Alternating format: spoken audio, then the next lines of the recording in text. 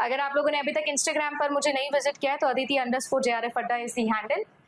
आपके लिए JRF Adda premium batches आते हैं। अगर आप अभी बैच लेते हो तो 12 महीने के लिए वैलिड रहेगा, तो आप जून भी कवर करोगे, जून का क्रैश कोर्स जो आएगा वो भी कवर कर लोगे, और आप सभी लोग दिसंबर का कोर्स भी कवर कर लोगे। तो ऑल इन वन बैच आप लोगों के लिए आता है 12 महीने की वैलिडिटी के साथ में। तो आप सभी लोग जो है वो ज्वाइन कर सकते हैं JRF Adda premium batches. Finite automata से बनने वाले जो मशीन होती है वो दो तरीके से डिवाइडेड है, एक जिसका नाम होता है DFA और एक जिसका नाम होता है NFA। यहां पर इस D का मतलब होता है डिटर्मिनिस्टिक और आपके N का मतलब क्या होता है, N का मतलब होता है नॉन डिटर्मिनिस्टिक। देखो नेचर वाइज है ये। आप खुद मुझे एक बात बताइएगा, है ना, आप खुद मुझे एक बताइएगा कि अगर मैं आप सबको बोलूं कि आपके पास में दिसंबर एग्जामिनेशन आपको निकालना है, do you have a determinated path और आर यू डिटरमाइंड? इसका मतलब क्या है कि आप इधर उधर कुछ नहीं सोचोगे, कुछ नहीं देखोगे, आपको आपका सिंगल गोल दिख रहा है, आप जो है वो दिसंबर के लिए प्रिपेयर करोगे। बट जो बच्चा डिटरमाइंड नहीं होगा वो सोचेगा कि यार दिसंबर, जून 26 देख लेते हैं, है ना, शायद दिसंबर 26 देख लेते हैं, वो फिक्स नहीं होगा। सो आपके लिए जब आपकी मशीन डिसाइड ना कर सके, डिटरमाइन ना कर सके किसी एक सेट ऑफ इनपुट के लिए, और एक सेट ऑफ इनपुट के लिए एक से ज्यादा मूव ले ले, तब वो नॉन डिटर्मिनिस्टिक कहलाती है। फॉर एग्जाम्पल, अगर मैं एक स्टेट ए पर हूं और मैं जो है वो इनपुट ए को रीड करके सिर्फ और सिर्फ बी पर ही जाती हूँ, तब इसे बोला जाता है डिटर्मिनिस्टिक। बट अगर मैं सेम ए इनपुट को रीड करके सी पर भी चले जाती हूँ, तो आप सेम इनपुट पर आपने एक सेम स्टेट से दो मूव लिए, तो इसे कहा जाएगा नॉन डिटर्मिनिस्टिक नेचर। क्या कहा जाएगा? नॉन डिटर्मिनिस्टिक नेचर कहा जाएगा। इसे क्या कहा जाएगा? नॉन डिटर्मिनिस्टिक नेचर कहा जाएगा। सो कुल मिला के हमारे पास में जो है वो एक होता है DFA और एक होता है हमारे पास में NFA। अब आपको ये समझना है कि मेरे लिए जो है, चाहे DFA बना लीजिए आप, चाहे आप मेरे लिए NFA बना लीजिए, पावर चेंज नहीं होने वाली है। जो पावर होती है वो दोनों की सेम होती है।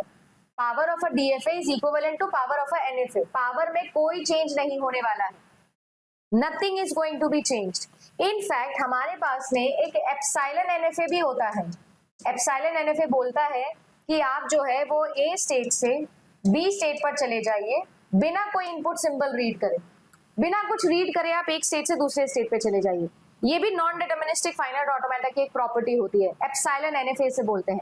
तो चाहे आप एप्सिलॉन NFA बना लो, है ना, चाहे आप DFA बना के उसको मिनिमाइज कर दो, राइट, सभी की पावर हमेशा यहाँ पर सेम होती है। They all are equivalent in power, always they are always equivalent in power. Now you have to remember this thing. हम सबसे पहले क्या बनाते हैं? एप्सिलॉन NFA, फिर हम लोग एक NFA बनाते हैं, उस NFA को कन्वर्ट करते हैं DFA के अंदर, और फिर उस DFA को हम लोग मिनिमाइज करते हैं। This is your previous year question, sequence wise exam में पूछा था कि थियोरेटिकली क्या बनता है और प्रैक्टिकली क्या बनता है। तो ये जो है ये आपका थियोरेटिकल है और ये जो है ये आपका प्रैक्टिकल है। प्रैक्टिकल लाइफ में आप DFA बनाते हो, प्रैक्टिकल लाइफ के अंदर आप NFA नहीं बनाते हो, ठीक है। तो हम सबसे पहले एक एप्सिलॉन NFA बनाते हैं, फिर उसका इक्विवेलेंट NFA बनाते हैं, फिर उसका इक्विवेलेंट DFA बनाते हैं, और फिर हम लोग एक क्या बनाते हैं, हमारे लिए मिनिमाइज्ड DFA बनाते हैं।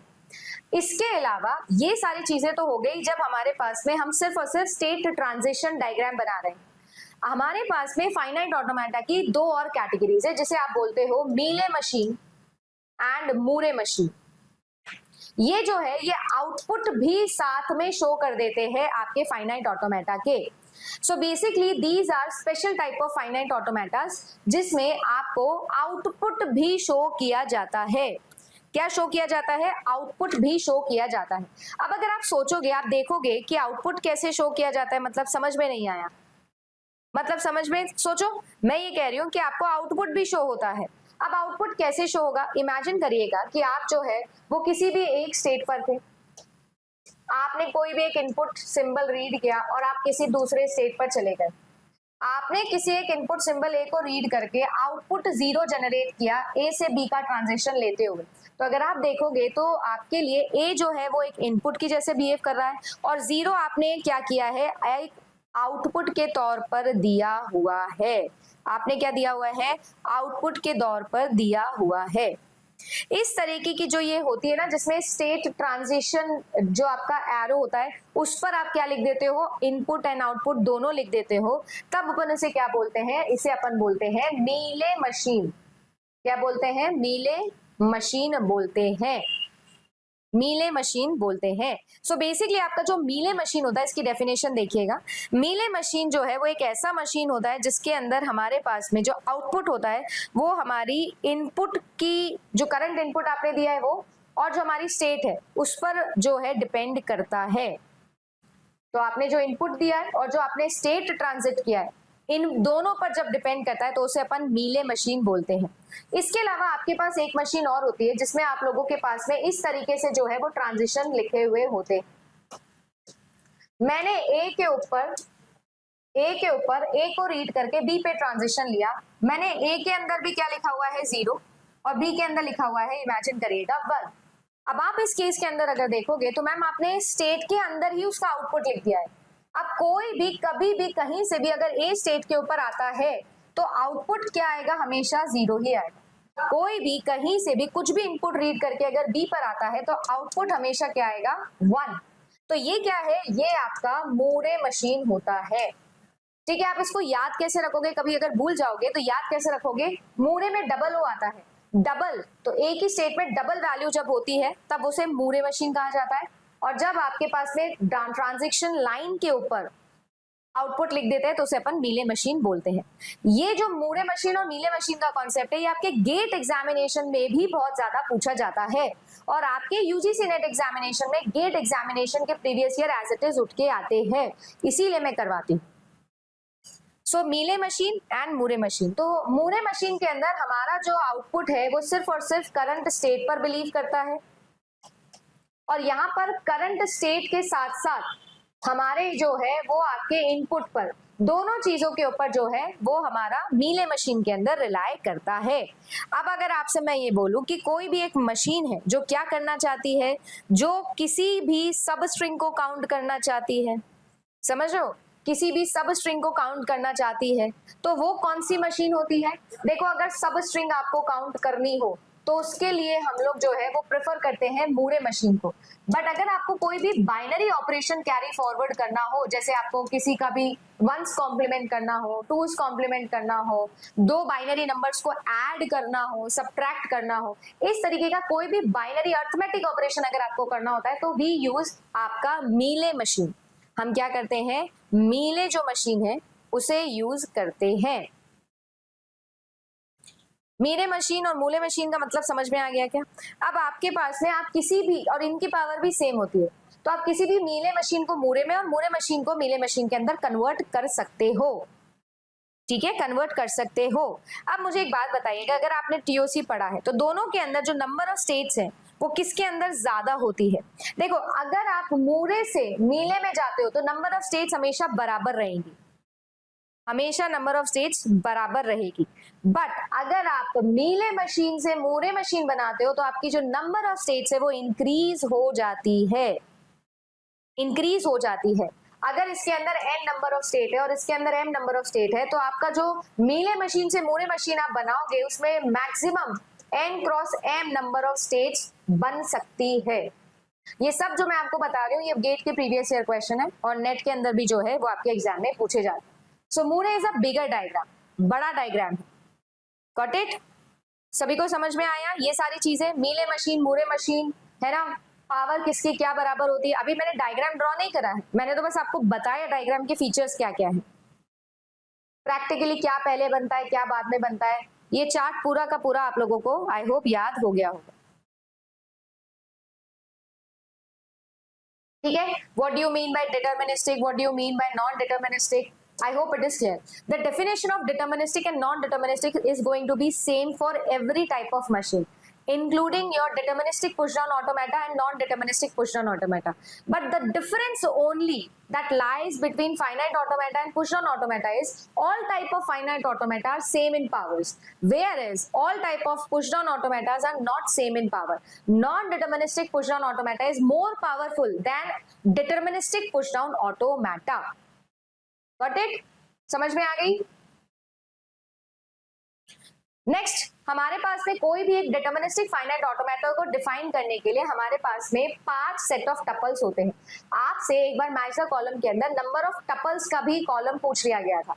How many tuples are there in grammar? 4. How many tuples are there in deterministic finite automata? 5. How many is going to be there in a Moole machine, Mealy machine, or in a push down automata, or in a Turing machine? ये भी आपसे पूछ लेता है। So it's a basic question. आपको याद रखना है कि आपके पास 5 टपल्स होते हैं। टोटल नंबर ऑफ स्टेट्स जिसको कैपिटल क्यू से शो करते हो, अल्फाबेट जिसको सिग्मा से, ए जो है वो आप लोगों के लिए स्टार्टिंग सिंबल है, एफ जो है वो आपकी फाइनल स्टेट या फाइनल स्टेट्स का कॉम्बिनेशन है, और आपके लिए जो डेल है वो आपका क्या होता है, ट्रांजिशन फंक्शन होता है, जो ये डिफाइन करता है कि आप कैसे एक स्टेट से दूसरे स्टेट पर ट्रांजिट करोगे, आप क्या प्रोडक्शन रूल इस्तेमाल करने वाले हो।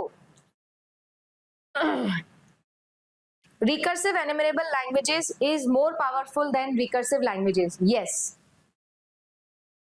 ठीक है। नेक्स्ट अगर मैं बात करूं तो हमारे पास में जो है वो कोई भी एक डिटर्मिनिस्टिक फाइनाइट ऑटोमेटा को अगर मुझे ड्रॉ करना होता है तो I have one input state and I have one FSM, finite state machine, that's it. दो ही चीजें होती है, there is no nothing at all. मेरे पास कोई भी क्या नहीं होता है, इसके अंदर कोई भी मेरे पास में मेमोरी एलिमेंट नहीं होता है।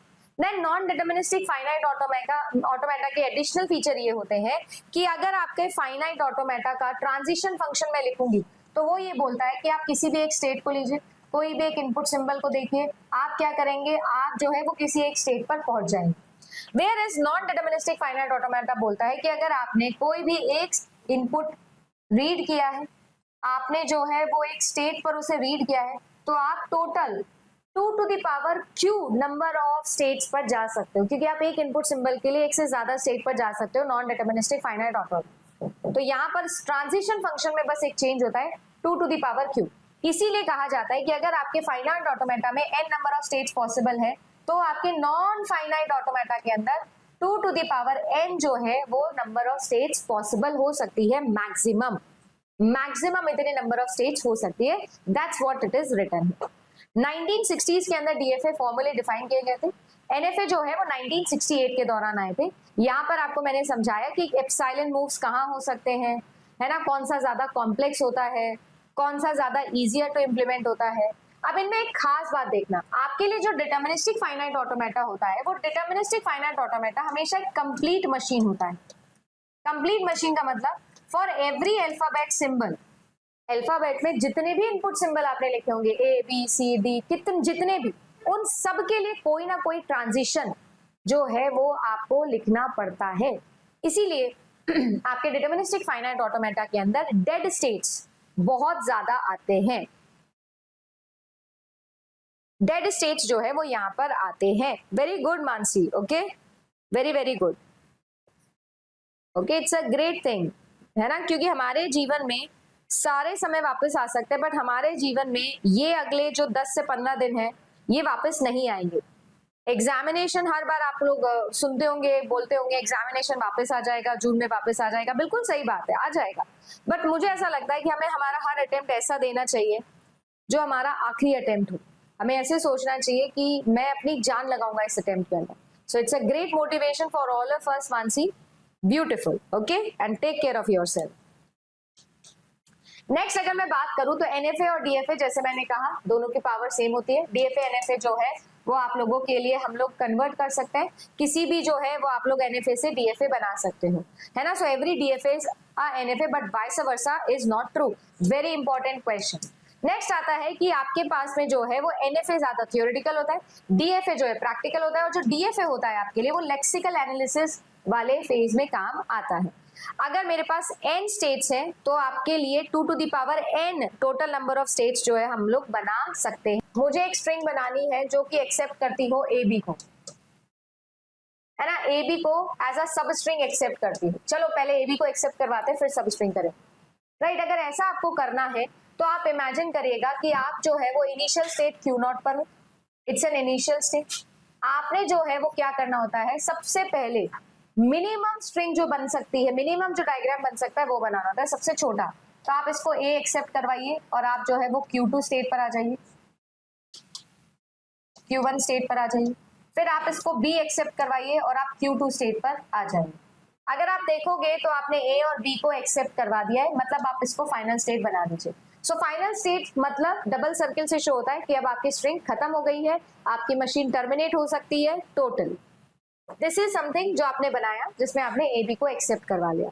नाउ लुक एट दिस, आपको ये समझना है कि यहाँ पर ये डायग्राम जो है वो एक डीएफए नहीं कहलाएगा। जैसे मैंने कहा था डीएफए तभी कहलाता जब क्या होता मैम, जब मेरे पास में हर एक इनपुट के लिए यहाँ पर कोई ना कोई मूव होता। अब अगर आप Q0 पर देखोगे तो ए के लिए तो मूव है पर बी के लिए नहीं है, तो मैं क्या करूंगी एक और स्टेट बनाऊंगी नेमली Q3 और बी पर मैं इसका मूव यहाँ लिखूंगी। अगर आप देखोगे तो यहाँ पर जो है वो आपके पास में ए के लिए मूव नहीं है, तो आप ए के लिए यहाँ पर मूव लिख दीजिए। अब यहाँ पर क्योंकि आप फाइनल स्टेट पर पहुंच चुके हो तो हमें कोई मतलब नहीं है, आप इसके ए के लिए और बी के लिए ये मूव लिख सकते हैं। तो अगर आप देखो तो मैंने क्या बना दिया है ना, हमने क्या बनाया है, हमने यहाँ पर जो है वो एक डेड स्टेट बनाई है। ये डेड स्टेट कहीं नहीं जा रही, इस पर भी ए बी के लिए हमने यहीं पर मूव लिख दिया। So we are going nowhere, we are going nowhere. So how many number of states will be required here? 4 number of states will be required here for a DFA. अगर एक NFA के लिए पूछती तो शायद आपको जो है वो सिर्फ और सिर्फ 3 स्टेट से काम चल जाता, बट NFA के अंदर आप लोगों को नहीं मिलता complete diagram. So complete diagram अगर आप यहाँ पर बनाओगे तो हम लोग यहाँ पर काम कर सकते। सबको समझ में आया क्या स्टेट ट्रांजिशन हो रहा है, कैसे हो रहा है? अगर मैं स्टेट ट्रांजिशंस को यहाँ पर ड्रॉ करूँ तो आपको एग्जाम में ऐसे देखने मिलेगा कि Q0 पर ए रीड करा और आप जो है वो किस पर पहुंच गए, Q1 पर पहुंच। आपने जो है वो Q1 के ऊपर बी रीड किया तो आप कहाँ पहुंच गए, आप Q2 पर पहुंच गए और आपकी ये Q2 फाइनल स्टेट है। इस तरीके से आपको स्टेट ट्रांजिशन जो है वो लिख कर दिए जाते हैं एग्जाम के अंदर। इस तरीके से जो है वो आपको लिखकर दिए जाते हैं। यस, मैंने सब स्ट्रिंग नहीं बोला है, मैंने सिर्फ और सिर्फ बोला है कि आपको ए भी एक्सेप्ट करवाना है, तो आपको सिर्फ ए भी एक्सेप्ट करवाना था। अगर आप Q2 के ऊपर एक सेल्फ लूप लगा दो और आप क्या करो, आप Q2 को जो है वो बोल दो कि वो सेल्फ लूप ले लेगा मैम ए बी का, तो क्या गलत होगा? बिल्कुल गलत नहीं होगा। क्यों? क्योंकि आपकी जो ए बी है वो तो एक्सेप्ट हो चुकी है, ए बी जो है वो तो एक्सेप्ट हो चुकी है, राइट? बट आप ऐसा ना करें, मैं ऐसा इसलिए बोल रही हूँ क्योंकि ऑलरेडी आपके पास जब डेड स्टेट है तो ठीक है। अब अगर वो आप यहाँ पर एक लूप बना देते और ए बी लिख देते, इमेजिन करो, तो ए बी तो एक्सेप्टेड है, पर फिर उसके बाद ए बी का और भी कोई भी कॉम्बिनेशन अगर आएगा तो वो भी एक्सेप्टेड है। पर मैं ये कह रही हूँ कि नहीं, मुझे तो 2 ही लेंथ की स्ट्रिंग एक्सेप्ट करवानी है जिसमें मेरे पास ए और बी है।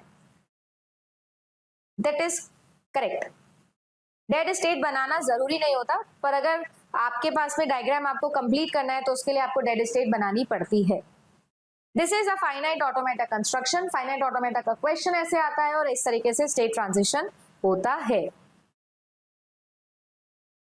ठीक है, जैसा मैंने कहा टीओसी सबके बस की बात नहीं होती, तो अगर आपने टीओसी कर लिया तो आपको हमेशा कंपटीशन में एज मिलेगा, क्योंकि सबके बस की बात नहीं होती, सबसे नहीं होते, और 5-5 7-7 सवाल डायग्राम से आ जाता है। सोचो कितना बढ़िया मौका है 14 नंबर लेने का, बस इतना सिंपल ही तो है। आराम से धीरे धीरे समझने की कोशिश करो। अब इमेजिन करो मैं एक और डायग्राम ड्रॉ करना चाहती हूँ जिसमें मैं बोल रही हूँ कि आपने बोला कि जो ए बी है वो एज अ सब स्ट्रिंग आ जाए। क्वेश्चन थोड़ा सा चेंज हो गया है, एज अ सब स्ट्रिंग लेना है, मतलब मैम ए बी भी एक्सेप्ट होना चाहिए, जो ए बी है वो ऐसे भी एक्सेप्टेड है, मैम ए बी ऐसे भी एक्सेप्टेड है, मैम बी ए बी भी एक्सेप्टेड है, मैम ए बी बी ये भी एक्सेप्टेड है, मैम ए बी ए ये भी एक्सेप्टेड है। बिल्कुल कुछ भी एक्सेप्टेड है, बस मेरे पास में जो ए बी है वो बीच में कहीं ना कहीं आना चाहिए मैम, बीच में कहीं ना कहीं आना चाहिए, राइट? अगर अब ऐसा डायग्राम बनाना होगा तो हम क्या करें, मैंने जैसे आपको एक ट्रिक सिखाई है, हमेशा याद रखना।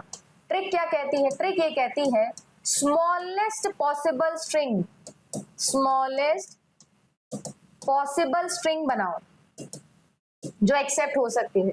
अब ए बी एज अ सब स्ट्रिंग में स्मॉलेस्ट पॉसिबल स्ट्रिंग तो ऑब्वियसली हमको पता ही है मैम कि आपके ए बी ही एक्सेप्ट हो सकती है, तो मैम वो तो हमको बनाना आता है, अभी अभी हम बना के आए हैं। ए Q1 पर आई, बी Q2 पर आई और मैम एक्सेप्ट करवा दी। सबसे पहले मैम मैंने एक्सेप्ट करवा दिया है। अब इस डायग्राम को कंप्लीट करो। कैसे कंप्लीट करेंगे मैम? देखिए ए के पहले भी कुछ भी आएगा तो भी चलेगा, तो इस बार जो है वो मैं बी के लिए इसको दोबारा अपने ही स्टेट पर ले आती हूँ, राइट। क्यू नॉट कंप्लीट हो गया। अब देखिए यहाँ पर अगर आप यहाँ पर देखो तो मैम हमारे पास में इस पर ए के लिए मूव लिखना है, तो अब मैं क्या करूं मैम? ए के लिए आप इसको सेल्फ लूप दे दो। क्यों? ए फिर कितनी बार भी ए आए एंड तो हमेशा ए बी से ही होगा, तो मेरी तो सब स्ट्रिंग आ गई ना। फिर आप देखो यहाँ पर आप ए के लिए और बी के लिए कोई भी मूव लिखो, यानी मैम यहाँ पर मेरे पास कोई डेड स्टेट बनाने की जरूरत ही नहीं पड़ी। अरे वाह, बिल्कुल नहीं पड़ी, बिल्कुल नहीं पड़ी। Accepted, accepted. समझ में आ गया क्या कि अगर ऐसा सब स्ट्रिंग बोलते तो क्या करते? अच्छा, एंडिंग विद ए बी बोलती तो क्या करते? स्टार्टिंग विद ए बी बोलती तो क्या करते? कुछ नहीं, स्मॉलेस्ट पॉसिबल स्ट्रिंग जो एक्सेप्ट होनी चाहिए उसके लिए डायग्राम बनाओ और उस डायग्राम को कंप्लीट कर। That's it.